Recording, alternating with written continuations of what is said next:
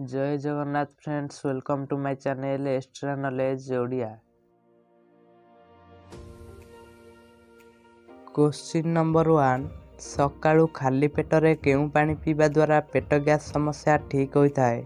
Option A मेथी पानी, option B लेंबू पानी, option C पइड पानी, ऑप्शन डी मिश्री पानी।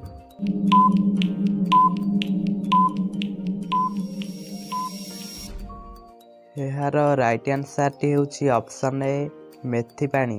सकाळू खाली पेटरे मेथी पानी पीवा द्वारा पेट गैस समस्या ठीक होता है।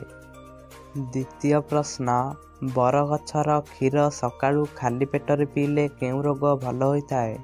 ऑप्शन ए स्वप्न दोष, option B diabetes, option C thyroid, option D चर्म रोग।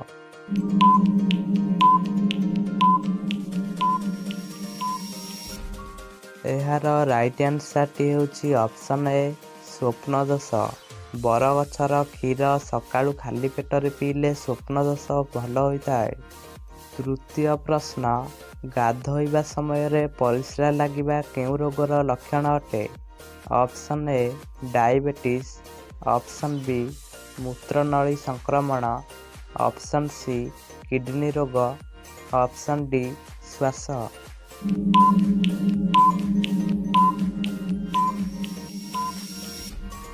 यार राइट आंसर टी होची ऑप्शन बी मूत्रनली संक्रमण। गाधोइबा समय परिस्रा लागिबा मूत्रनली संक्रमणर लक्षण अटे। चतुर्थ प्रश्न, रसुण रसरे टिके लुण पकई सेवन करिबा द्वारा केउं रोग शीघ्र भल होता है?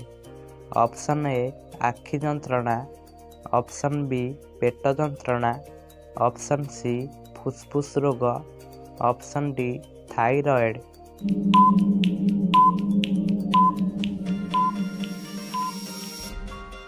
यार राइट आंसर टी होची ऑप्शन बी पेट जंत्रणा। रसुण रसरे टिके लुण पकई सेवन करिबा द्वारा पेट जंत्रणा शीघ्र भल होता है। पंचम प्रश्न, पानपत्र सहित कौन खाइले मुंड बिंधा तुरंत भल होता है? ऑप्शन ए लवंग, option B Gujarati, option C अलैच, ऑप्शन डी दालचीनी।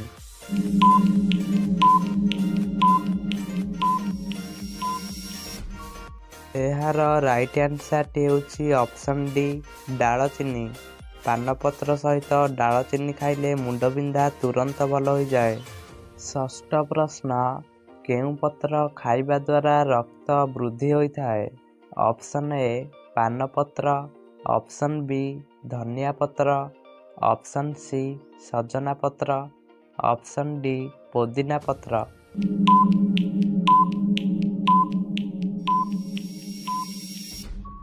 यार राइट आंसर टी होची ऑप्शन बी धनिया पत्र।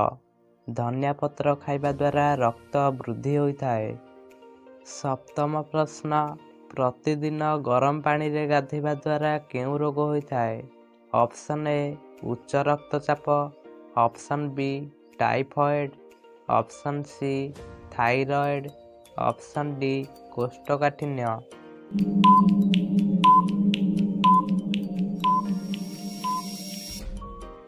यार राइट आंसर टी होची ऑप्शन ए उच्च रक्तचाप।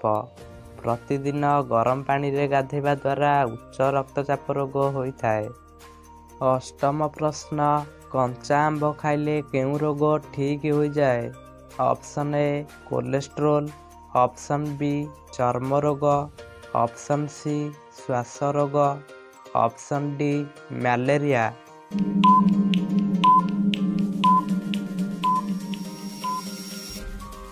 यार राइट आंसर टी होची ऑप्शन बी चर्म रोग।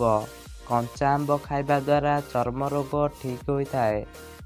नवम प्रश्न, कफ समस्या थिले केउं साग खाइले कफ बाहरी जाइथाए? ऑप्शन ए पिता गहम, ऑप्शन बी पालंग साग, ऑप्शन सी मेथी साग, ऑप्शन डी सजना साग।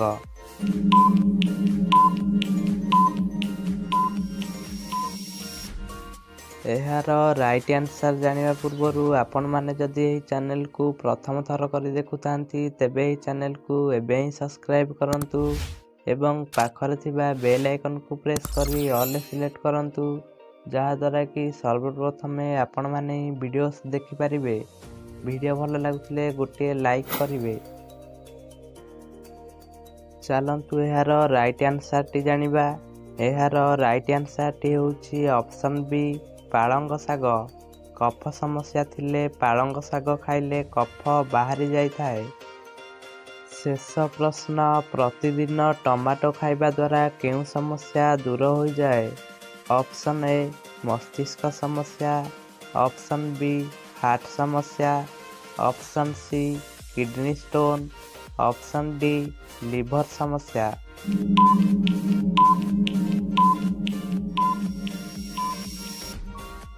ଏହାର ରାଇଟ୍ ଆନ୍ସର୍ଟି ହେଉଛି ଅପସନ୍ ସି କିଡନୀ ଷ୍ଟୋନ୍। ପ୍ରତିଦିନ ଟମାଟୋ ଖାଇବା ଦ୍ୱାରା କିଡନୀ ଷ୍ଟୋନ୍ ଦୂର ହୋଇଯାଏ।